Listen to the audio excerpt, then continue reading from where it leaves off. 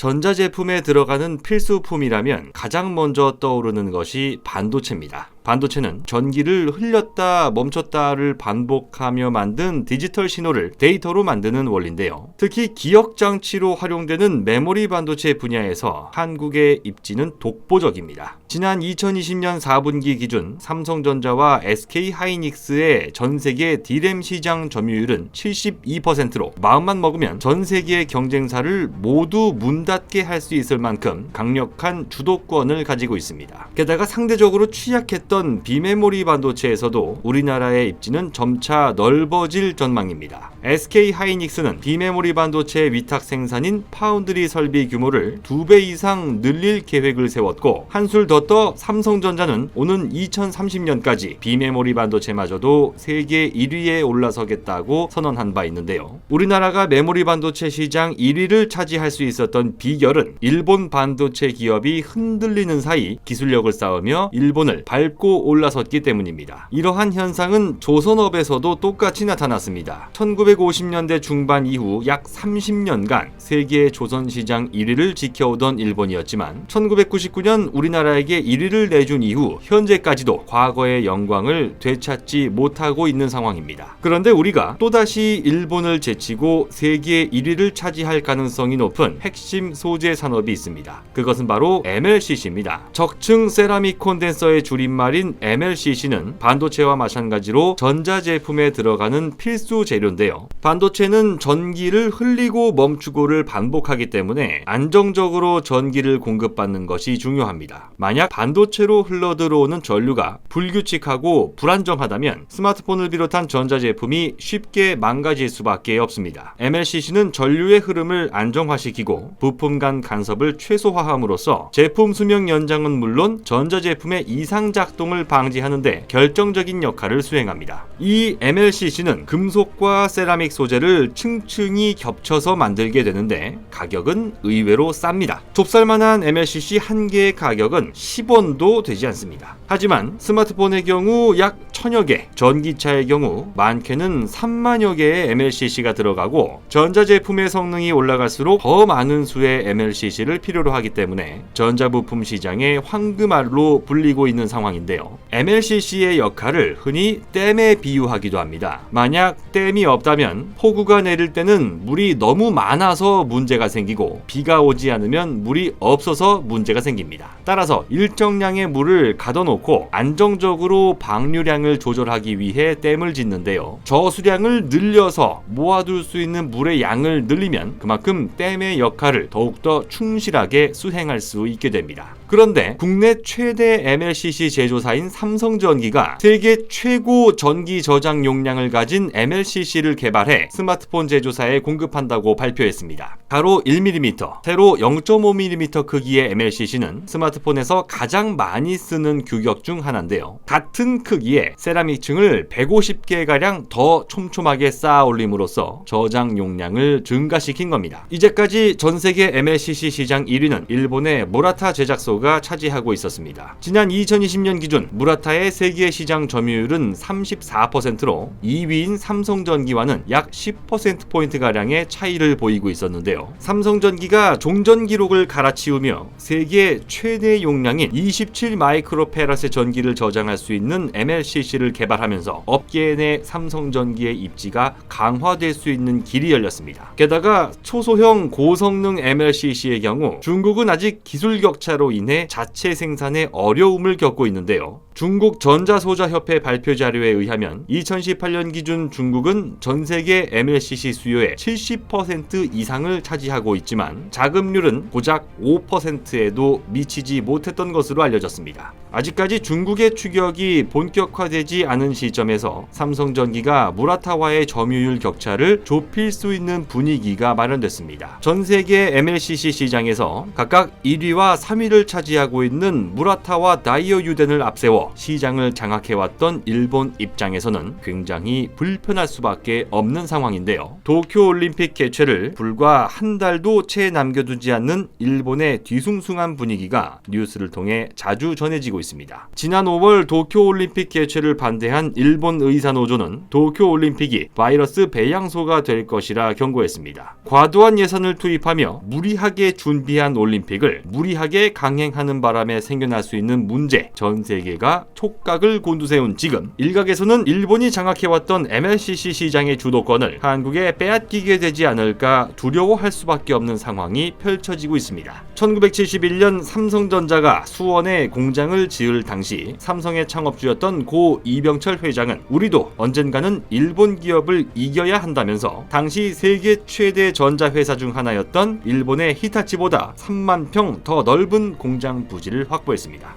항상 일본으로부터 배울 것이 많다는 것을 강조하면서도 그것을 기반으로 언젠가 일본을 뛰어넘는 것을 꿈꿔왔던 고 이병철 회장. 고인의 꿈이 하나 더 현실이 되는 순간이 찾아오게 되길 바라봅니다. 곧 새로운 내용으로 다시 찾아뵙겠습니다. 좋아요 버튼과 구독 버튼을 눌러주시면 더 좋은 내용으로 보답하겠습니다. 감사합니다.